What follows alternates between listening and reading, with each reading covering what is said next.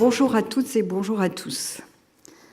Comme Sonia vient de le dire, j'étais DRH du groupe La Poste. Je ne le suis plus, je suis à la retraite. Mais j'ai été DRH entre 2012 du groupe et 2017, fin 2017. Et Jean-Paul Bailly, le président d'alors, m'avait demandé de le rejoindre au sein du COMEX pour reprendre cette fonction, reprendre le dialogue social et sortir de la crise qui avait débuté début 2012. Vous avez sans doute entendu parler du rapport Caspar, de la commission Caspar, voilà, qui avait été un des moyens de discuter, de reprendre un peu le dialogue entre partenaires autour de l'avenir de la Poste. Et je suis donc arrivée en septembre 2012 lorsque Jean Caspar, ancien syndicaliste, avait remis son rapport à Jean-Paul Bailly. Alors, avant de vous décrire quelles sont les pratiques et les convictions que j'ai tirées de mon expérience de DRH du groupe La Poste, je voudrais vous dire quelques mots de La Poste. La Poste, c'est une très grande entreprise, puisqu'elle comprend aujourd'hui près de 260 000 salariés, un peu moins de 30 000 à l'étranger et le reste en France. Une très très grosse maison mère, 220 000 salariés. Une entreprise pour laquelle la transformation quotidienne sur le court et sur le long terme est indispensable. Bien sûr, transformation de ses statuts, mais ça c'est ancien, puisque c'est depuis 91, 92, 93 que la transformation du statut du ministère des PTT à l'établissement public d'abord, puis à la société anonyme en 2010, la Poste s'est transformée. Ces personnels ont transformé leur statut. On ne recrute plus de fonctionnaires à la Poste depuis 2002. Et à l'heure actuelle, à la Poste, sur les 220 000 de la Poste Maison Mère, il y a un peu moins de la moitié de fonctionnaires et un peu plus de la moitié de contractuels. Voilà ce que c'est que la Poste, grosso modo. Mais la Poste, c'est évidemment aussi et surtout des métiers que font tous ces postiers. Des métiers qui sont des métiers historiques. Recevoir du courrier, le distribuer. Et des métiers historiques qui continuent à être présents. On distribue chaque année, l'année dernière, on a distribué 12 milliards de lettres. 12 milliards de lettres, c'est pas rien. Quand on dit comme une lettre à la Poste, derrière, il y a beaucoup de choses pour distribuer 12 milliards de lettres, mais en même temps que ça reste une activité extrêmement importante, c'est une activité en très fort déclin depuis de nombreuses années. Moins 6% de volume chaque année. Moins 6%, c'est une perte de chiffre d'affaires que pratiquement aucune entreprise ne connaît en restant viable. Donc, une nécessité de repenser complètement ces métiers, de repenser ces métiers historiques pour les faire autrement, et de penser de nouveaux métiers. Ce n'était pas une entreprise, lorsque tout ceci est arrivé, qui n'était pas une entreprise en sureffectif. Hein. Il n'y avait pas, et il n'y a toujours pas, de sureffectif à la Poste.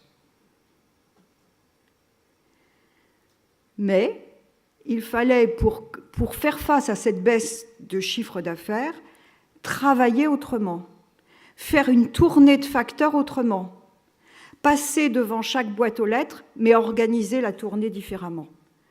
Ça vous paraît simple, comme quand on n'est pas à l'hôpital, paraît simple les métiers de l'hôpital, voilà, mais ce n'est pas simple à organiser.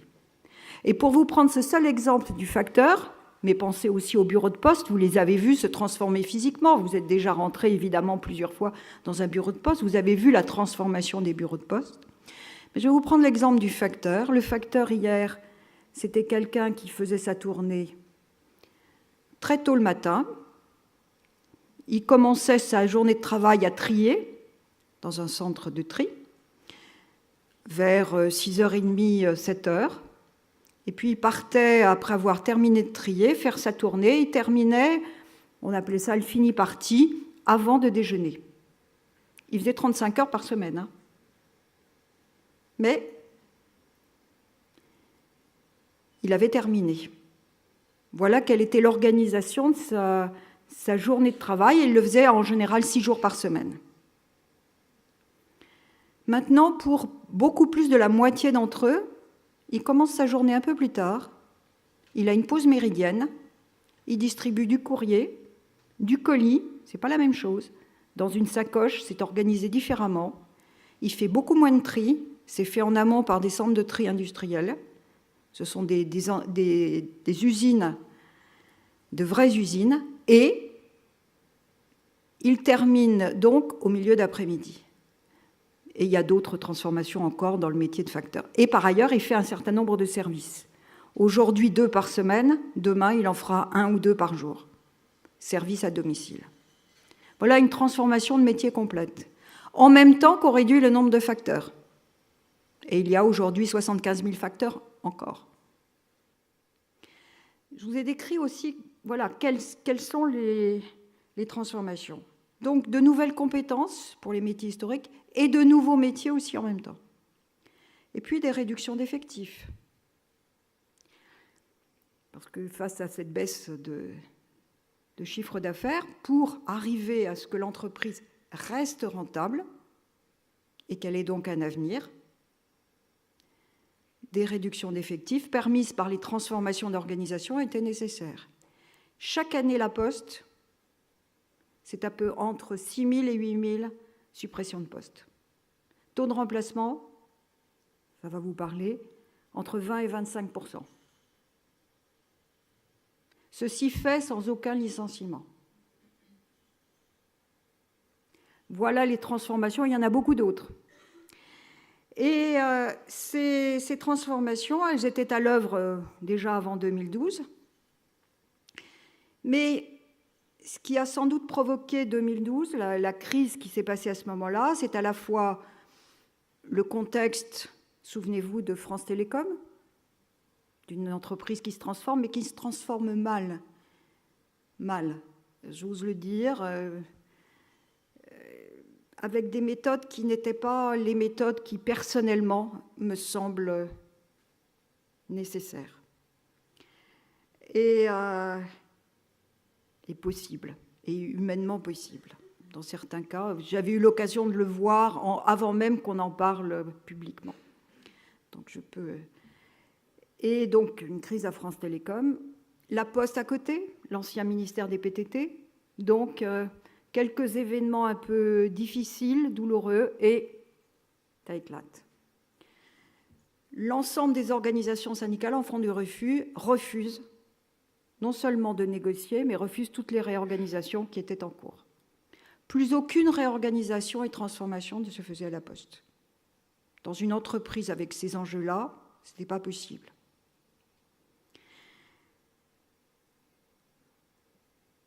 Donc, il était nécessaire de reprendre les choses. Qu'est-ce qui s'était passé? Les changements, le thème gestion du changement, était à la fois indispensable, mais la gestion du changement qui était à l'œuvre n'était pas inhumaine, mais était faite avec des méthodes qui oubliaient, sans le vouloir, souvent l'humain, et qui oubliaient de faire un vrai dialogue social. Et la deuxième raison, je simplifie beaucoup pour tous ceux qui ont lu le rapport Caspar, je vous encourage à le lire d'ailleurs, la gestion RH, dans son ensemble, méritait d'être approfondie et d'être vécue et mise en œuvre partout pour les 260 000 postiers, et non pas uniquement pour ceux qui souhaitaient le mettre en œuvre. Voilà, donc les deux choses. Alors, après vous avoir un peu longuement décrit les choses, je vais vous dire quelles sont à la fois les convictions, les méthodes que nous avons essayé avec mon équipe et les managers de développer au sein de la Poste. pour arriver à reprendre le dialogue social et à le continuer. On l'a d'ailleurs repris. On a signé un premier accord en janvier 2013. Et on n'a pas arrêté de signer des accords. Je suis partie, donc je vous disais, à la retraite. Au niveau national, on avait signé 42 accords. Et il y avait des milliers d'accords signés sur le terrain. Donc, le dialogue social, on l'a repris, on pouvait le reprendre. Et c'est ma première conviction. C'est que le dialogue social est indispensable, mais il est toujours possible. Avec quelque organisation syndicale que ce soit, avec les organisations syndicales qui sont existantes dans une entreprise. Il faut les prendre telles qu'elles sont. Ça ne veut pas dire qu'il ne faut pas essayer de discuter, de les faire évoluer, mais elles sont là, elles sont le reflet de ce que les salariés ont souhaité. Ils ont voté pour elles, et donc, c'est avec elles qu'il faut négocier. Et il faut négocier, négocier, négocier. C'est ma deuxième conviction, c'est que négocier et concerter, ce n'est pas la même chose. Comme le reste de ce que je vais vous dire, parfois ça va vous paraître évident. Vous le savez déjà d'ailleurs. Mais quand on cherche à le faire vivre concrètement, ça ne l'est pas toujours. Je vous prends l'exemple de la Poste. Même si je connais un peu l'hôpital, je ne vous ai pas dit, mais avant d'être DRH, j'ai été DRH 20 ans, j'étais dans l'administration et j'étais au ministère de la Santé. Et donc,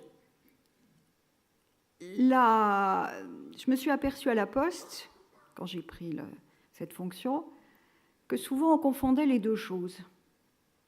Et que la négociation, ce qui s'appelait négociation, consistait beaucoup à arriver avec une réforme, une transformation, ou un autre domaine plus social, et puis à exposer ce qu'on avait beaucoup travaillé, le plus intelligemment possible, le plus didactiquement possible, et à essayer d'avoir sur ce point-là l'accord ou le non-désaccord des organisations syndicales, en s'appuyant plutôt sur certaines organisations syndicales. Ben ça, ce n'est pas de la négociation. Ça, c'est au mieux de la concertation. À mon avis, même la concertation, il faut la faire autrement. Mais ce n'est surtout pas de la négociation. La négociation, ça suppose, bien sûr, de savoir où on veut aller, de se fixer des objectifs, d'en parler, mais pas d'avoir quelque chose de tout ficelé d'emblée et de ne pas le faire évoluer. Une vraie négociation. Parfois, ça surprend. Quand je suis devenue DRH de groupe La Poste et que j'ai commencé à vraiment négocier, et justement sortir de la crise, les organisations syndicales, toutes, ils me l'ont dit immédiatement ou un peu après, ils ont été décontenancés. Bah, vous ne nous dites pas tout ce que vous voulez, vous nous cachez des choses. Je dis, je ne vous cache rien. Je vous donne mes objectifs, mais comment est-ce qu'on va les atteindre? Et puis mes objectifs, je les ferai peut-être évoluer en fonction de dialogue aussi. Et comment est-ce qu'on va les atteindre? On va le travailler ensemble. On va le négocier, le concerter. Et ensemble, on a élaboré une méthode pour sortir de la crise et on a fait un accord, l'accord de 2013, qui est un accord qui s'attaque à tous les sujets de la gestion RH et de la transformation, tous, si vous avez la curiosité de le lire, mais ne prétend pas les traiter jusqu'au bout, vous imaginez, entre septembre 2012 et janvier 2013, en totalité. Nous avons imaginé quelque chose qui était de traiter tout, de se fixer ensemble les objectifs, de renvoyer sur chacun des thèmes à des négociations ultérieures et d'avoir sur chacun des thèmes, dans le premier accord, une ou deux mesures concrètes significatives. Et on est sorti comme ça de la crise. Autre chose, pour sortir de la crise, il n'y a pas de règles. Voilà, je vous explique comment moi j'ai fait, mais il n'y a pas de règles. J'ai commencé par j'ai vu chacun. Alors qu'ils avaient dit, tous ensemble, on n'y va pas. J'ai quand même vu chacun. Le dernier à qui j'ai proposé de venir me voir m'a dit « mais c'est pas possible. on avait dit que nous ne pouvons pas, je ne viendrai qu'avec les autres. J'ai dit, mais attendez, vous refusez de venir me voir, mais tous les autres sont venus. Aucun n'en avait parlé. Et c'est à ce moment-là que les négociations ont pris, et il est venu me voir, c'était Sud. J'ai oublié de vous dire qu'à la Poste, il y a 7 organisations syndicales. Et pour vous tracer un peu le paysage syndical, avant les élections de cette fin d'année, la CGT, la première organisation syndicale, la deuxième, un peu plus de 23%, la deuxième est la CFDT, qui tangente la CGT, à 21-22%, je ne garantis pas 1 ou 2% près. Ensuite vient Sud. Sud s'est créé à la Poste, donc il y a des années, qui a un peu moins de 20%. Puis vient FO, puis CFTC, CGC et UNSA. Donc, quatrième conviction, c'est que pour faire du dialogue social, il faut qu'on ait confiance en vous. Ce qui ne veut pas dire qu'il faut tout dire. Il y a des choses que je garde secrètes. Mais qu'il faut dire les choses et surtout faire ce qu'on dit. Aussi bien sur les choses positives que sur les choses moins positives. Vous le faites sans doute, soit tous, soit une partie d'entre vous, mais par exemple dans une négociation salariale, moi je disais ce que je faisais s'il n'y avait pas d'accord. Et évidemment, je ne faisais pas la même chose s'il y avait les mesures unilatérales et les mesures salariales n'étaient pas les mêmes s'il n'y avait pas d'accord. Mais surtout, c'est pas ça, et je le respectais. Mais surtout, c'est pas dans ce domaine que réside le plus la confiance, c'est mettre en place ce qu'on a signé ensemble. Un accord, ça se respecte. Un accord, c'est concret.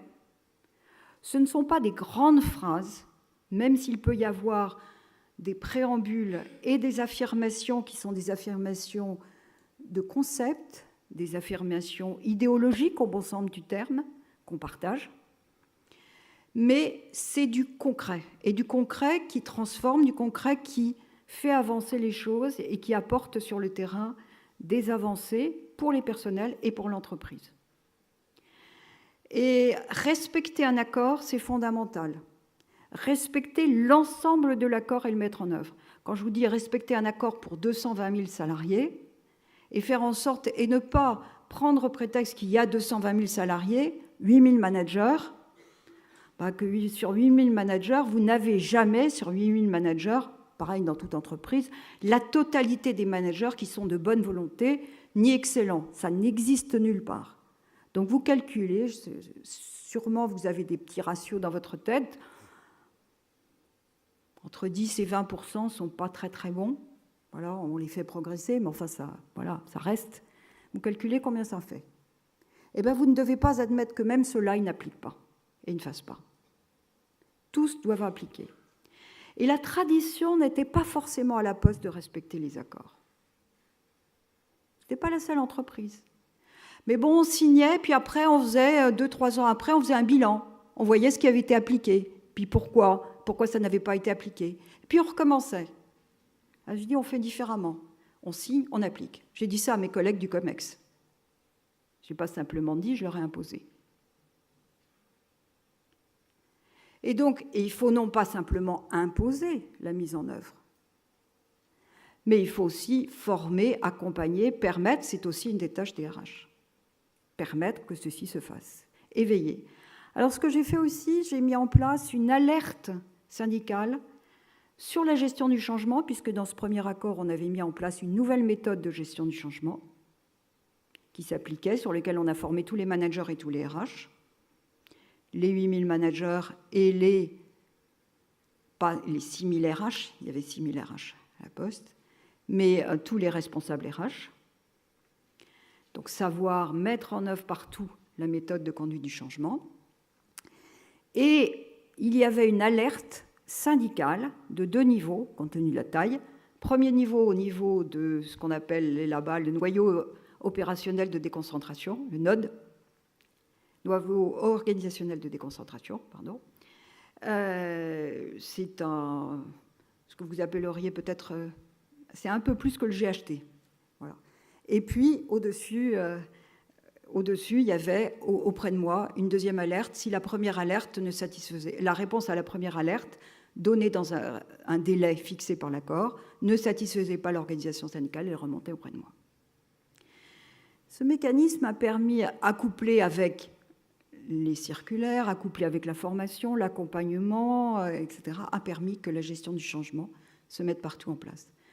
L'alerte syndicale valait aussi sur le respect des accords, de la même manière.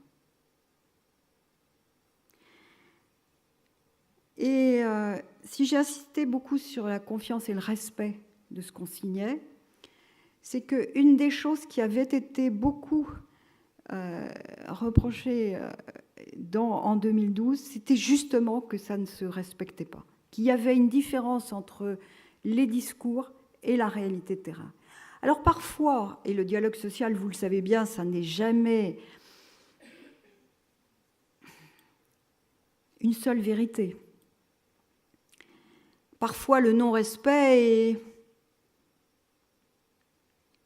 n'est pas vraiment un non-respect. C'est-à-dire que l'organisation syndicale se plaint à tort. Ça peut exister aussi. Mais la réalité quand même vraie, c'était que ça ne l'était quand même pas dans beaucoup de cas. 5e point, c'est dialogue social et écoute du terrain sont complémentaires et indispensables. Là aussi, ça vous paraît sans doute évident, mais faire vivre l'écoute dans la négociation, l'écoute de ce que dit chaque organisation syndicale, même celle qui n'a aucune intention de signer. Je fais une parenthèse, dans les 42 accords, un certain nombre ont été unanimes, donc toutes les organisations ont signé, même Sud. Mais évidemment, tous les accords n'ont pas été signés par toutes les organisations syndicales. Donc, globalement, dans les 42, il y en a un certain nombre sur lesquels certaines organisations s'inscrivaient dès le départ en n'ayant pas forcément l'intention de signer un accord. Mais il n'empêche que ce qu'apporte chaque organisation syndicale est à écouter, à voir ce qu'il y a à retenir, comme perception des problèmes, comme perception des difficultés, voire comme solution. Et il y a toujours matière à prendre dans ce que chaque organisation syndicale dit. Mais écoute pas simplement des organisations syndicales, écoute du terrain. Parce que écoute des managers, mais pas simplement des managers. Je vous ai dit la taille de la Poste. Je demandais au RH, évidemment, de terrain, mais j'y allais moi d'aller sur le terrain, mais j'y allais moi-même. Et aussi, pourtant, 220 000 salariés, on pourrait se dire on n'a pas beaucoup de temps, c'est vrai, on n'a pas beaucoup de temps, mais ce n'est pas un temps qu'on perd à aller sur le terrain, à discuter, à aller se rendre compte concrètement comment c'est organisé, à discuter et avec les organisations syndicales locales, et avec les postiers, et avec les managers, à voir concrètement, à comprendre comment les métiers fonctionnent, quelles sont les difficultés, à connaître les techniques, à savoir de quoi on parle. Et dans le dialogue social, savoir de quoi on parle, c'est fondamental. Parce que là aussi, on est un petit peu plus respecté. D'abord, on sait de quoi on parle, on peut concevoir des choses. Et puis, on est plus respecté quand on connaît effectivement les métiers. Et la 6e conviction, j'en ai encore 3. La 6e conviction et pratique, c'est qu'il faut savoir se donner des marges de manœuvre. J'avais coutume de dire au RH, vous devez répondre aux besoins, vous ne devez pas répondre à la demande. Je vais vous expliquer ce que je mettais derrière. Nous avons, nous, RH, des demandes qui s'adressent, moi c'était mes collègues du COMEX, mon président, vous c'est c'est vos responsables, pour ceux qui ne sont pas les responsables, les DRH, vous avez des demandes, vous avez des transformations dont on vous dit qu'il faut les faire passer. Vous avez des demandes de négocier telle et telle chose. Je n'ai jamais accepté une demande telle qu'elle. Jamais. Je l'ai toujours transformée. J'ai essayé et je demandais à ce que chaque fois, on prenne cela comme cela. Pourtant, je suis restée DRH. On ne m'a pas virée. Au contraire. De transformer, alors peut-être que vous le faites déjà, mais j'ai constaté que ce n'était pas vraiment le cas à la Poste, ou trop peu d'endroits. Une transformation, ça a été conçu par des organisateurs, par du business, eh bien parfois ça doit être reconstruit. Parce que ce n'est pas faisable de cette manière-là. Donc j'ai participé, moi je demandais à être en amont, j'ai participé à la construction des transformations. J'ai modifié parfois certaines, j'ai fait modifier par mes équipes ou en dessous, des transformations. J'ai transformé des délais de mise en œuvre. Parce que parfois, on voudrait, parce que ça tient plus en bas de colonne, théorique, que la transformation elle se fasse dans les 3 mois, 6 mois, 1 an. Ben, ce n'est pas faisable. Parfois, c'est faisable, parfois, ça ne l'est pas. Et moi, j'expliquais, brut de décoffrage, si je puis dire, que qu'est-ce que vous voulez? Quelque chose qui est affiché mais qui ne se met pas bien en place, ou pas partout, pas dans vos délais, donc vous n'aurez pas votre bas de colonne. Si vous voulez votre bas de colonne, je parle là-dessus en financier, évidemment, en retour, il faut se donner le temps. Il faut se le donner pour des raisons éthiques, pour des raisons humaines, se donner le temps de la gestion du changement, pour que l'ensemble des personnels aient pu avoir le temps de s'inscrire dans le changement, d'être formés, de l'accepter, de s'y sentir bien et de bien le faire vivre, d'être efficace. Mais c'est comme cela aussi qu'on arrive à être rentable. Sinon, il n'y a pas de rentabilité sur le moyen terme. On n'arrive pas à faire des réformes sur le moyen terme et à transformer vraiment, au-delà des affichages, si on ne se donne pas le temps, si on ne transforme pas la transformation. Donc, répondre aux besoins, bien les comprendre, quels sont les besoins de l'entreprise, les besoins du business, et construire la réponse avec les autres, construire avec les organisations syndicales aussi la réponse. Et puis, 7e point, c'est savoir répondre aux attentes concrètes. Je me suis toujours méfiée beaucoup des grands affichages. Parfois, on succombe en disant être une entreprise exemplaire en matière de qualité de vie au travail. C'est ce qu'on me proposait au départ. Donc on était 2012. Le premier accord, c'est un accord sur la qualité, qui s'intitule « Qualité de vie au travail », même s'il était beaucoup plus large que cela. Et première proposition que j'ai, y compris de mes collègues, c'est qu'on va devenir une entreprise exemplaire en qualité de vie au travail.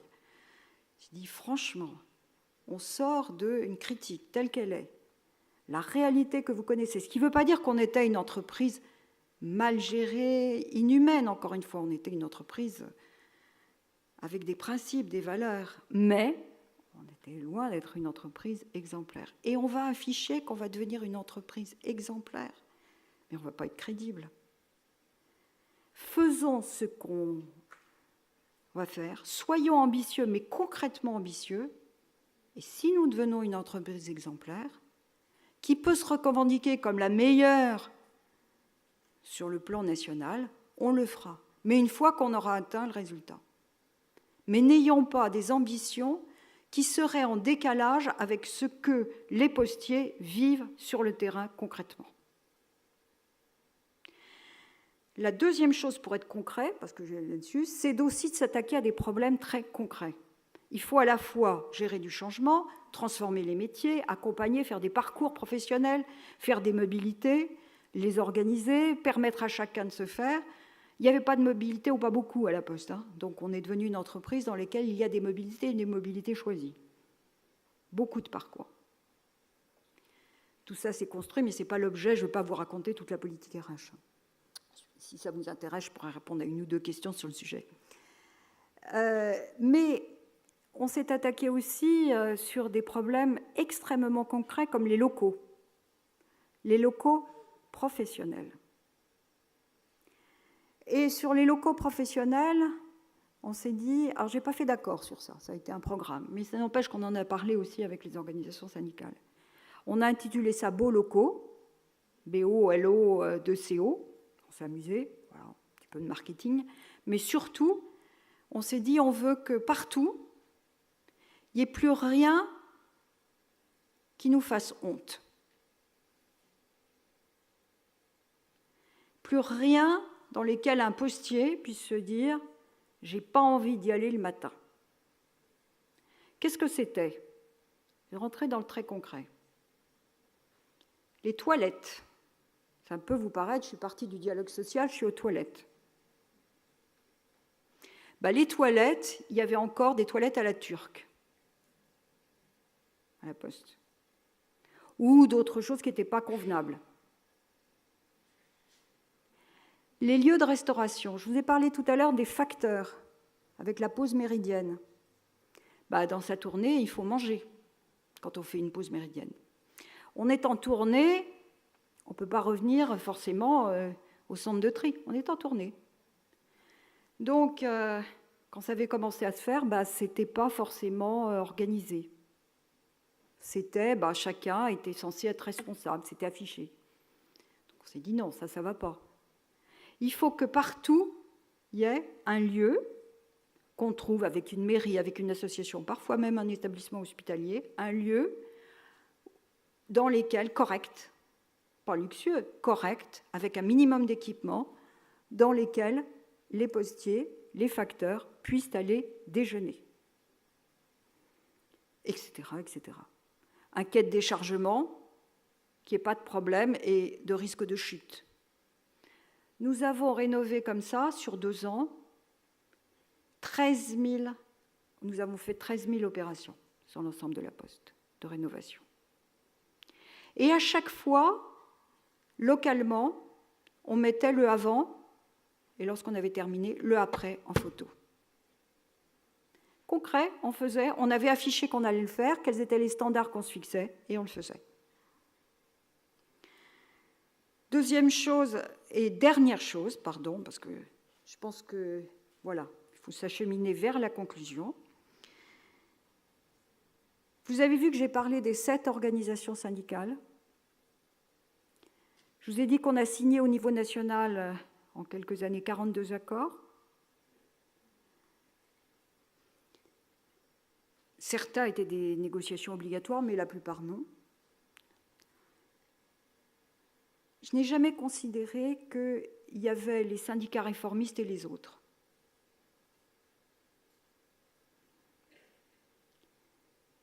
Ce qui ne veut pas dire que je n'ai pas plus signé avec la CFDT-IFO qu'avec les autres. Ce qui ne veut pas dire que j'étais, comment dirais-je, dupe, il y a des syndicalistes dans la salle, mais dupe de certains discours, y compris de ceux des syndicats réformistes. Je crois que je n'ai pas laissé à la Poste le souvenir de quelqu'un de toujours facile dans la discussion, mais j'ai toujours considéré que chacun pouvait apporter et qu'il fallait négliger jamais aucune organisation syndicale. Et que par ailleurs, on ne savait pas forcément à l'avance qui allait venir signer. que dans le courant de la négociation, il pouvait arriver des organisations syndicales, une ou des organisations syndicales qu'on n'avait pas prévues forcément ou qu'on n'aurait pas spontanément prévues comme signataires. Et il m'est arrivé, et cela dans les 42 accords, d'avoir des signataires dont je n'aurais pas forcément pensé au départ qu'ils étaient signataires.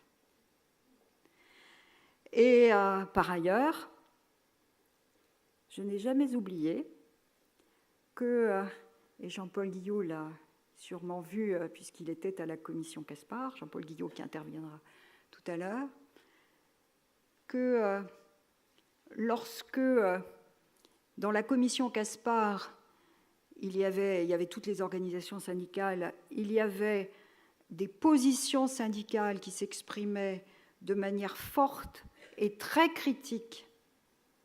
C'était la CFDT qui était le porte-parole. Et lorsqu'il y avait une amorce de dialogue et de proposition, c'était la CGT qui s'avançait avec les autres derrière. Les jeux syndicaux, les positions syndicales ne sont jamais totalement ce qu'on pense qu'elles sont de manière caricaturale. Ce qui ne veut pas dire qu'il n'y a pas des positions confédérales, ce qui ne veut pas dire qu'il n'y ait pas des positions dans chacune des entreprises, dans chacun des établissements. Mais comme je le disais aux directeurs sur le terrain, les organisations syndicales, les postiers ont voté pour elles quand ils me disaient le dialogue social au niveau national avec ce que vous signez, c'est facile. Moi, sur place, c'est des, pardon, vous me pardonnerez l'expression, mais certains me disaient c'est des sales cons. À la Poste, on parlait un peu... voilà. Je leur disais, ils ne sont pas plus sales cons que vous.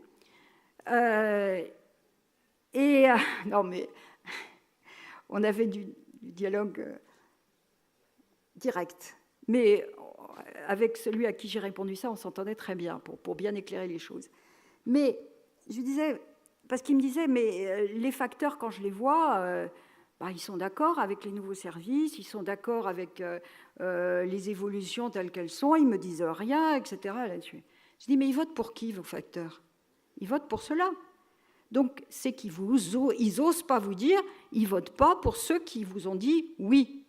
Les organisations syndicales qui vous ont dit oui. Ils ont voté pour cela. Là-dessus. Donc, ceux que vous avez en face et que vous n'aimez pas, ils expriment quelque chose que les postiers ne vous ont pas dit. Ce qui ne veut pas dire qu'ils aient raison sur chacune des choses, mais vous devez être capable d'écouter ce qu'ils font, ce qu'ils disent, et d'en tirer certaines choses et d'arriver à voir s'il n'y a pas des choses à avancer, voire à négocier, mais en tout cas des choses à retenir dans ce qu'il y a.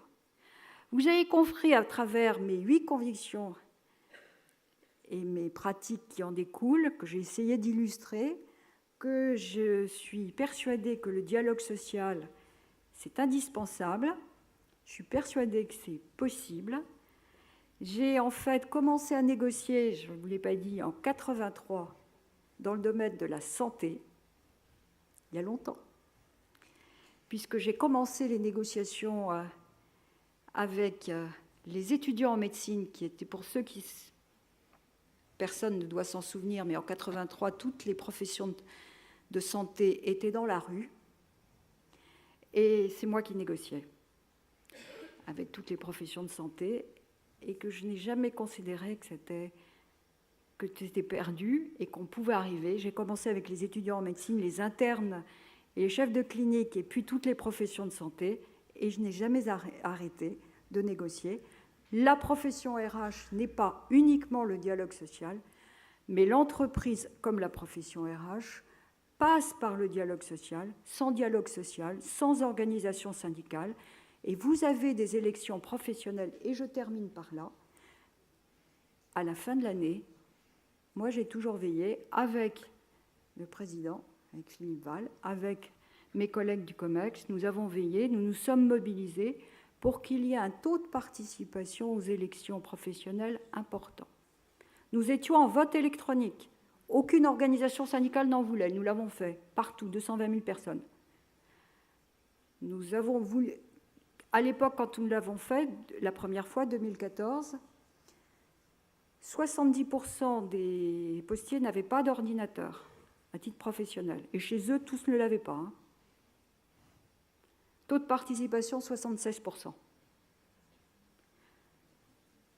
C'était la preuve, et on en était fiers, qu'on attachait de l'importance au dialogue social, aux organisations syndicales, et c'était la preuve aussi qu'il était vivant et qu'on avait l'intention de le faire vivre. Voilà, merci de votre attention. Sylvie, François. Merci madame. Est-ce que certains d'entre vous souhaitent poser une question ? Silence dans la salle. Oui, il y a un bras qui se tend. Madame ? Madame El Maradi, DRH au CH d'Ersheim. Moi, c'est une question sur la réforme des statuts. Le fait, en fait, d'avoir changé la Poste en société donc privée, qui a engendré qu'à partir d'un certain période de recrutement, vous êtes passé, du coup, je pense, de droit privé, si je ne dis pas de bêtises. Qu'est-ce que ça a apporté pour vous au niveau volet DRH ? Est-ce que vous avez senti plus de souplesse, le fait de ne plus avoir, on va dire, ces statuts ? Ou est-ce que pour vous, ça n'a pas changé la donne ? Alors d'abord, la Poste n'est pas devenue une entreprise privée, c'est une entreprise publique. Ses actionnaires, c'est une société anonyme depuis 2010, ses actionnaires, c'est l'État et la Caisse des dépôts. Donc c'est une entreprise publique. Le droit qui s'applique à la Poste est à la fois du droit privé et du droit public. Donc, à la Poste, nous avons des instances particulières, qui sont des instances postales. Voilà. Donc, et nous faisons aussi vivre des instances de droit privé. Nous avons du statut de droit privé et du statut de droit public. Je vous ai dit, il y a à la Poste, la maison mère, sur les 220 000, il y a à peu près 108 000 fonctionnaires. Donc, ce n'était pas une simplification. Nous gérons 2 types de statuts. Mais nous gérons. Qu'est-ce qui a permis le fait de recruter plus que, c'est depuis 2002, que des contractuels ? Donc on ne recrute plus que des contractuels depuis 2002. Que pour faire des parcours de carrière, des mobilités, des promotions, nous n'avons pas les règles, tout à fait les règles du privé. Sauf que nous avons un accord qui a été négocié en 2005 qui a un peu reproduit la même chose pour les uns et pour les autres. Donc il y a un peu calqué sur le droit public. Donc ça n'a pas tout transformé. Voilà, vous voyez. Personnellement, ce n'était pas la chose dont je m'occupais le plus. Vous voyez, en tant que DRH, je passais pas, j'avais des équipes sur la paye, sur la gestion administrative du personnel, sur les statuts, mais ce n'était pas les domaines sur lesquels je passais le plus de temps. J'ai négocié sur certains petits aspects, voilà, donc il y avait 4500 reclassés, voilà, qui s'agitaient, qui agitaient les parlementaires. C'est les scories de la réforme de 93, vous voyez, il y avait des choses comme cela. Ça n'a pas tout transformé, ça a rendu certaines choses plus possibles que d'autres. Ça n'a pas rendu les choses plus simples parce qu'il fallait gérer deux types de statuts en même temps, et non pas un seul. On va reprendre peut-être une autre question. Quelqu'un ?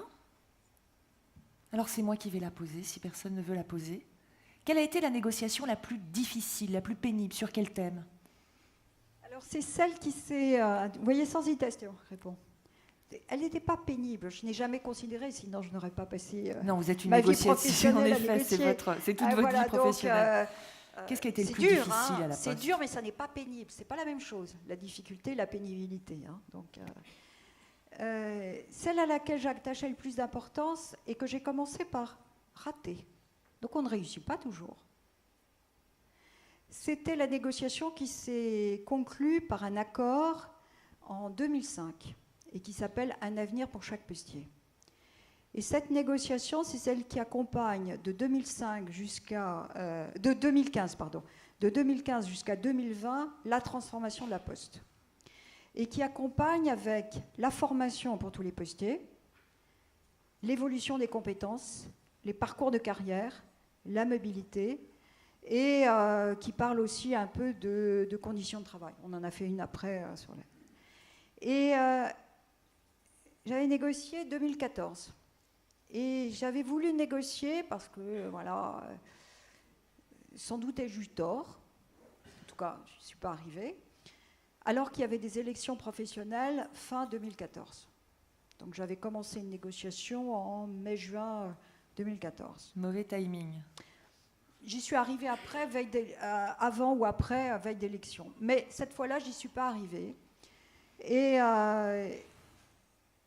je ne suis pas arrivée à l'époque, il fallait 30% à la Poste, hein, donc pour avoir un accord. L'accord n'a pas été signé par 30%. Il a été signé par une partie des organisations syndicales, il faisait 29%. Après les élections, il a été signé, il est devenu un accord majoritaire. J'ai un peu fait évoluer le contenu de l'accord, j'ai transformé la façon de le faire, je l'ai renégocié et nous sommes arrivés à un accord. Il faut vous dire que les élections de 2014 se sont faites sur le contenu de l'accord. Ce n'est pas moi qui l'ai organisé, bien sûr, ce sont les organisations syndicales qui ont fait les élections professionnelles, celles qui avaient signé et celles qui n'avaient pas signé, sur le contenu et les thèmes de l'accord. Et les élections professionnelles ont fait une évolution du paysage syndical à la Poste. Cette évolution du paysage syndical a permis de reprendre les négociations. Et je tenais absolument, malgré cette évolution du paysage syndical qui faisait que les organisations syndicales minoritaires qui n'avaient pas les 30% dépassaient les 30%, mais malgré les pressions de mes collègues, qui me disaient « signe avec eux maintenant », puisqu'ils ont dépassé les 30%. J'ai dit non. Si je signe uniquement avec eux, ils ont 33%. L'enjeu est tellement important que j'en veux d'autres. J'en veux d'autres parce qu'il faut qu'on entraîne davantage. Et donc j'ai négocié pour arriver à avoir une autre organisation syndicale. Je ne suis pas arrivée à avoir, j'ai failli avoir toutes sauf une, mais j'y suis pas arrivée, 2 n'ont pas signé. Voilà, on ne peut pas non plus, mais j'ai eu un accord majoritaire, et cet accord, c'est un avenir pour chaque postier. Sylvie François, merci. On peut l'applaudir. Et on constate que rien n'est jamais désespéré. Merci, madame.